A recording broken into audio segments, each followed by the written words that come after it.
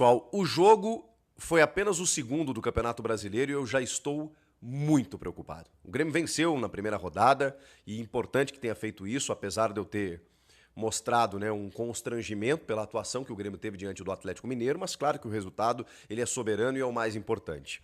Vai a segunda rodada, fora de casa. Se você belisca um empate, você tem um cômputo aí desses dois jogos em que tudo bem, você está dentro de um ritmo bacana. O problema é que o Grêmio perdeu para um time que imaginávamos que não disputasse a mesma coisa que o time do Grêmio no Campeonato Brasileiro, e daqui a pouco vamos disputar a mesma coisa, a mesma faixa de tabela, e aí eu não sei se vai ser uma faixa de brigar para não cair, uma faixa intermediária, uma faixa de primeira página, o que eu acho difícil, mas enfim, talvez Grêmio e Ceará disputem a mesma coisa nesse Campeonato Brasileiro. E como a gente imaginava que isso não iria acontecer, talvez o resultado fosse melhor, mas especialmente o desempenho. O desempenho em relação ao que vinha acontecendo, de que o Grêmio pudesse mostrar uma evolução que eu estou esperando ainda no time do Gustavo Quinteiros. Mas é difícil disso acontecer quando ele insiste em alguns métodos que já não funcionaram e ele continua apostando neles. Como, por exemplo, a insistência tremenda com toda a heresia do mundo, o camisa 7 do Grêmio, Christian Pavon. Gente, a camisa 7 é sagrada.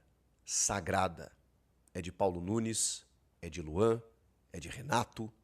Não pode o Pavon vestir a camisa 7. Aliás, não pode o Pavon vestir qualquer camisa estando como titular.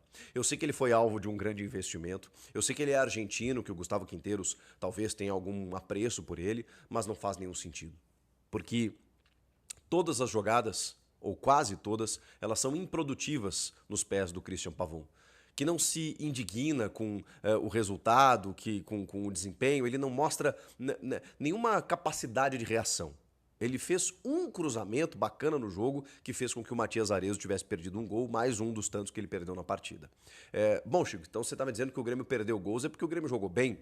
Mais ou menos. Vamos lá. Do outro lado estava o Ceará, que é um time que veio da Série B, que marca um gol no começo do jogo, nem tão começo assim, né? Mas pressionava e buscava já esse gol, já estava próximo de chegar até esse gol, num Grêmio que não conseguia se portar dentro do jogo, só dava a equipe da casa. Tem um voleio lá que o Volpe tem que fazer um milagre, aquela coisa toda, até que vem um pênalti que acontece do Lucas Esteves, né? Embora injusto, né? Porque o jogador não quer cometer o pênalti, mas o braço, não só o braço, né? A mão dele tá aberta quando vem o cruzamento, o pênalti acaba acontecendo, a Edna marca, e o Pedro Raul defenestrado aqui no Corinthians, que tá vivendo um grande momento, porque ele não fez só o gol, tá? Ele não fez só o gol, bateu no cantinho, o Volpe acertou o canto e tal, mas ele abre o placar. Mas ele foi muito inteligente nos pivôs, ele chamou a marcação, ele conseguiu inclusive gerar esse lance de pênalti, né? Quando ele vence a defesa do Grêmio, voltando um pouco, fazendo o pivô, jogando de costas, onde ele faz muito bem, servindo o lado direito para que houvesse o cruzamento.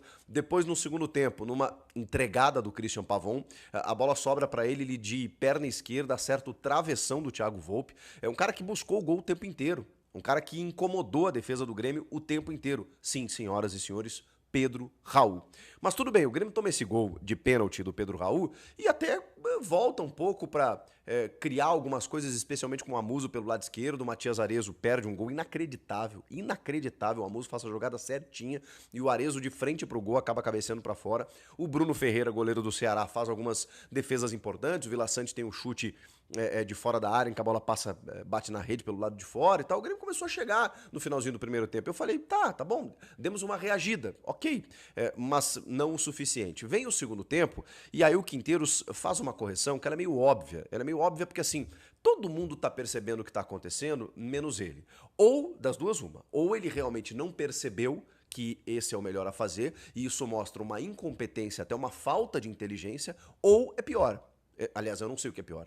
Ou ele sabe que isso funciona e tá sendo teimoso, tá sendo insistente, tá sendo, sei lá, teimoso mesmo, né? De uma forma negativa, porque, pô, tá percebendo, parece birra, tá percebendo que a coisa tá dando errado e mesmo assim ele tá insistindo. Quando ele escala o time do Grêmio com Camilo Vila Sante e Edenilson, qual é o recado que você passa? Ok, o jogo é fora de casa, pro Ceará. Eu não vou te atacar. eu tenho o Pavon e o Pavon nulo. Eu tenho o Amuso pelo lado esquerdo e o Arezzo tá. Então, quando eu tiver uma escapada, eu vou tentar alguma coisa. Mas eu vou tentar alguma retenção de bola com o Edenilson, que virou, sei lá, pro Quinteiros o craque do time, do nada, de uma hora para outra o Edenilson, que já não vinha bem no Atlético Mineiro, que não conseguiu performar no Grêmio desde que chegou, que já vinha numa descendente no Inter ainda quando ele sai. De repente, o Edenilson, tipo, 5 anos depois de um bom nível que ele desempenhou aqui no futebol brasileiro, ele se torna a referência técnica do Grêmio. Referência técnica, líder, capitão, o cérebro do time. Tendo Cristaldo e Monsalve, que ele simplesmente não gosta de utilizar.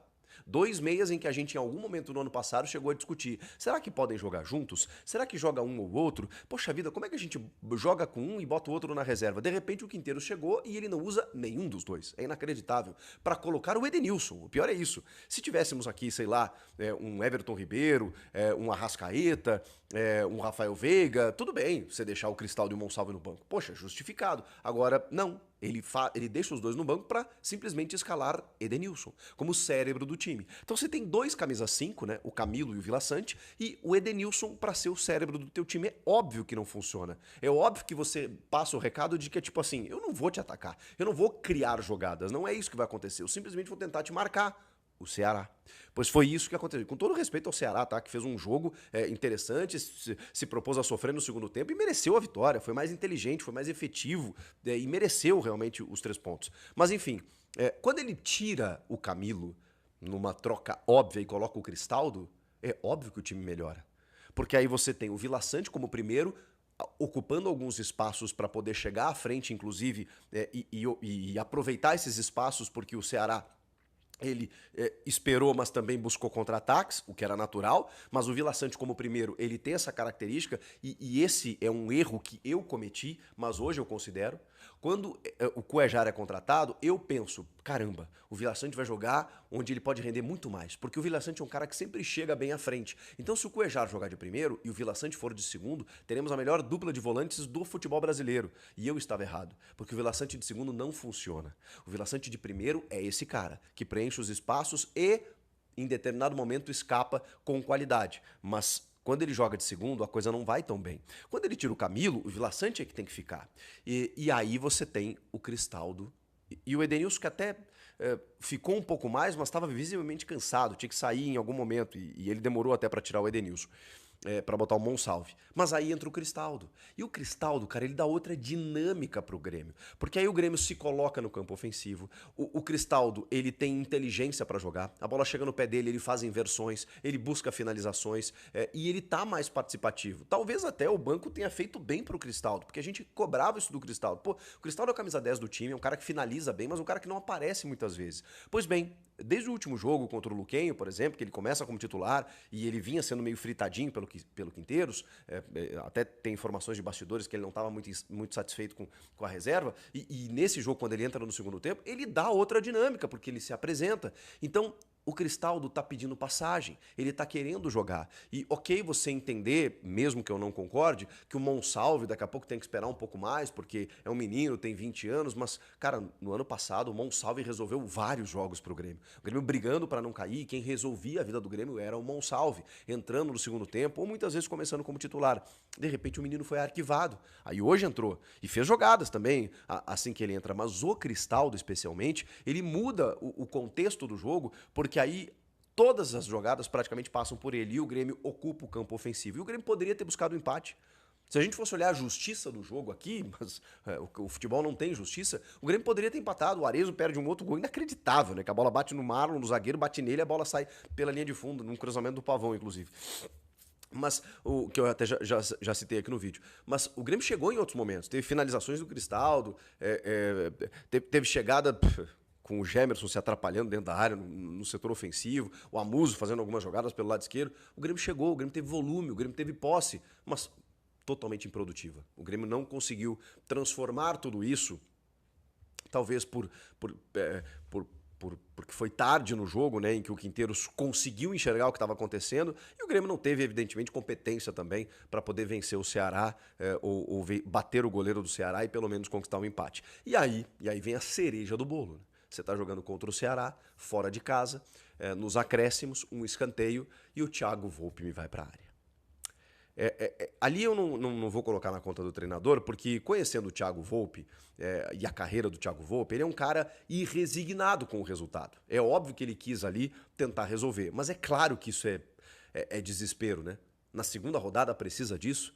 E outra, quando você faz isso, o que você espera que o time desse goleiro faça minimamente? Cara, se estrutura, porque se der ruim, nós estamos sem goleiro.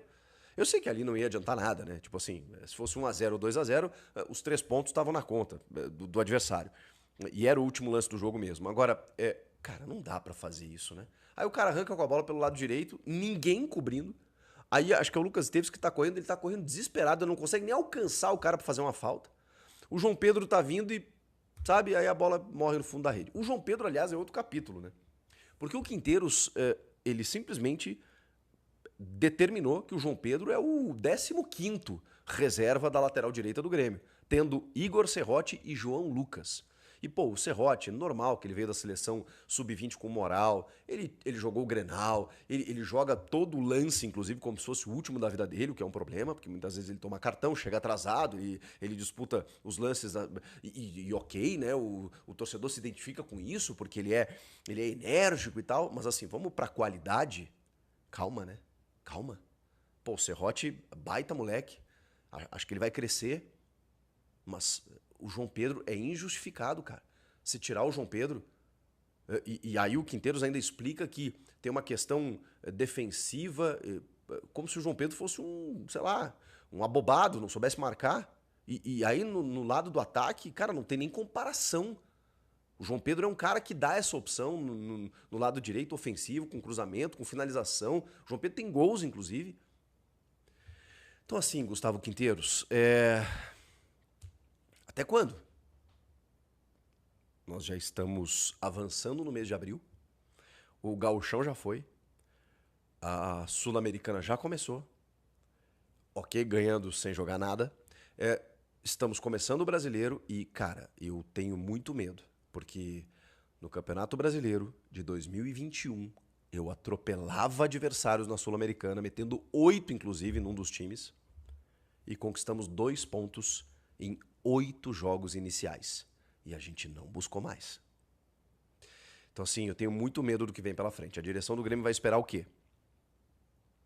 Ou a direção tá contente com o trabalho? Porque até agora eu não vi nada. Nada. Não tem nada do trabalho do Quinteiros. Nada. Não tem rigorosamente nada. O Grêmio contratou bons jogadores. Tem o Thiago Volpe, tem o Wagner Leonardo, o Camilo acho que é uma boa alternativa. Você tem, desde o ano passado, o Cristal do Monsalve, o Cristal anterior ainda. O Arezo, o Bright White nem se fala, o Kike Oliveira, o Lucas Esteves eu acho que vai ainda firmar ali, porque o Luan Cândido ainda não conseguiu jogar, enfim.